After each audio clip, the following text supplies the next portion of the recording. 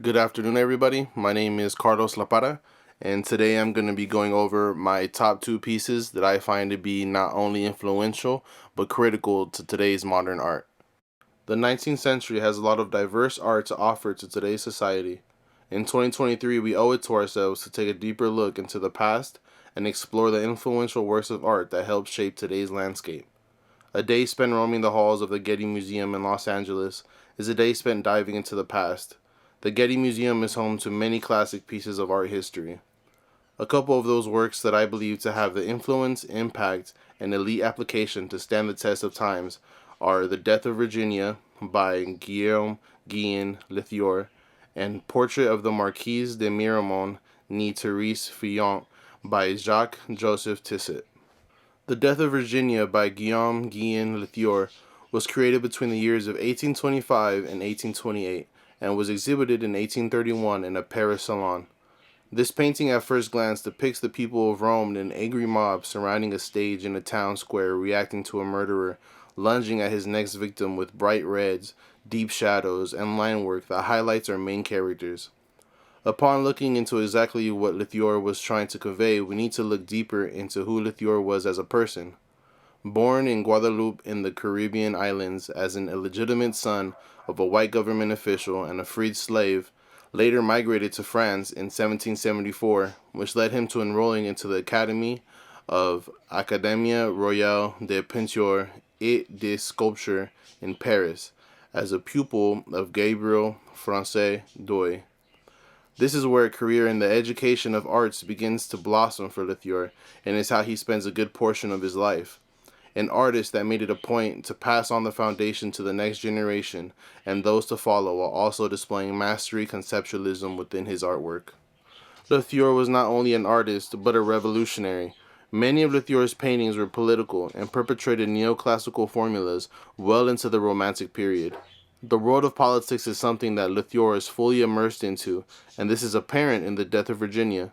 Drawing inspirations from Livy, Lethière sets the scene in a public space where a community of people have begun to cause an uproar, reacting to a murder that has just taken place in Rome 449 BC. Virginia was the daughter of a Roman centurion who was well known for her beauty and was claimed by one of the influential magistrates of the ruling decemvirate. When she refused, she was ordered to be a slave to the magistrate's apprentice, and that is when Virginia's father, unable to refuse this ruling, instead murders his own daughter rather than see her live a life as a slave. This causes an uproar within the people as Virginia's father lunges at the magistrate, metaphorically attacking the corrupt tyranny of the decemvirate. Lethière within the same piece not only gets political, but also offers a part of himself to the audience. This is what really drives the point of innovation and rebellions that is often seen in 2023.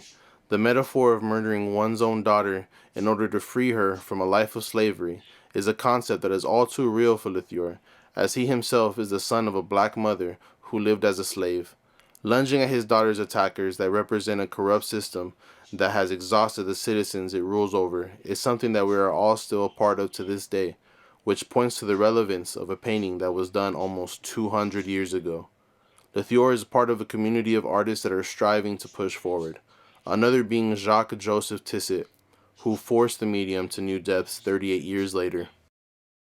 The Portrait of the Marquise de Miramont ni Therese Fillon by Jacques-Joseph Tissot was created in 1866, and to this day stands the test of time when it comes to modernism and realism.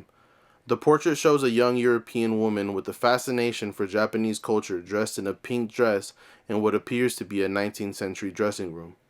Jacques Tissot was an artist well known for his biblical pieces during his lifetime, but as time passed, his Victorian era artwork is highly regarded as his best work. The portrait of the Marquise de Miramont ne Therese Fillon is not only the cream of the crop when it comes to Tissot's work, but also considered to be one of his personal favorites. Jacques-Joseph Tissot was born in 1836 in the city of Nantes, located in the northwestern part of France, and later relocated to Paris in 1856 at the age of 20. Tissot made a name for himself and was well known for his Victorian artwork throughout the majority of his life and eventually fell in love and married. However, When the death of his wife came in 1882, at the age of 46, his focus shifted to more religious biblical work after claiming to have seen his dead wife in a seance.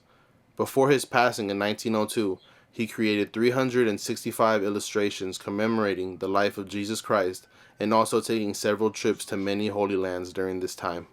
The content when it comes to the portrait of the Marquise de Miramon is filled with many different elements and symbolism, not just within the foreground, but also has many deliberate details in the background.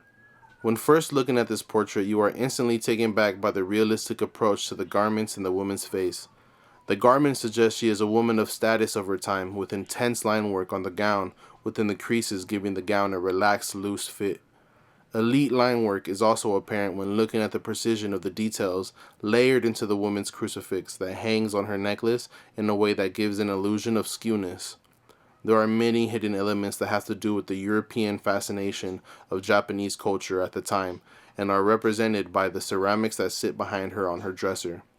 The bright pinks bring a certain dynamic when being compared to the dark shadows that are helping to create depth within the dressing room. The reds in the curtains that are blended with the shadows help paint the image of sunlight entering the room as well as casting a shadow behind our main subject. This portrait is one to be remembered for as long as art exists. I personally was in awe of the thoughtful execution that is being displayed by Tissot. This is truly a piece ahead of its time considering the year it was created. The way the gown is seen resting on the ground gives the painting a photo-like quality to it. When it comes to portraits, Tissot is teaching a masterclass in the subject and is truly pushing art as a whole to new boundaries many have only strived to take. This is why, to me, the portrait of the Marquise de Miramon Nid to Risfillon is not only a classic ahead of its time, not only a standout of the 19th century, but a standout of art as a whole.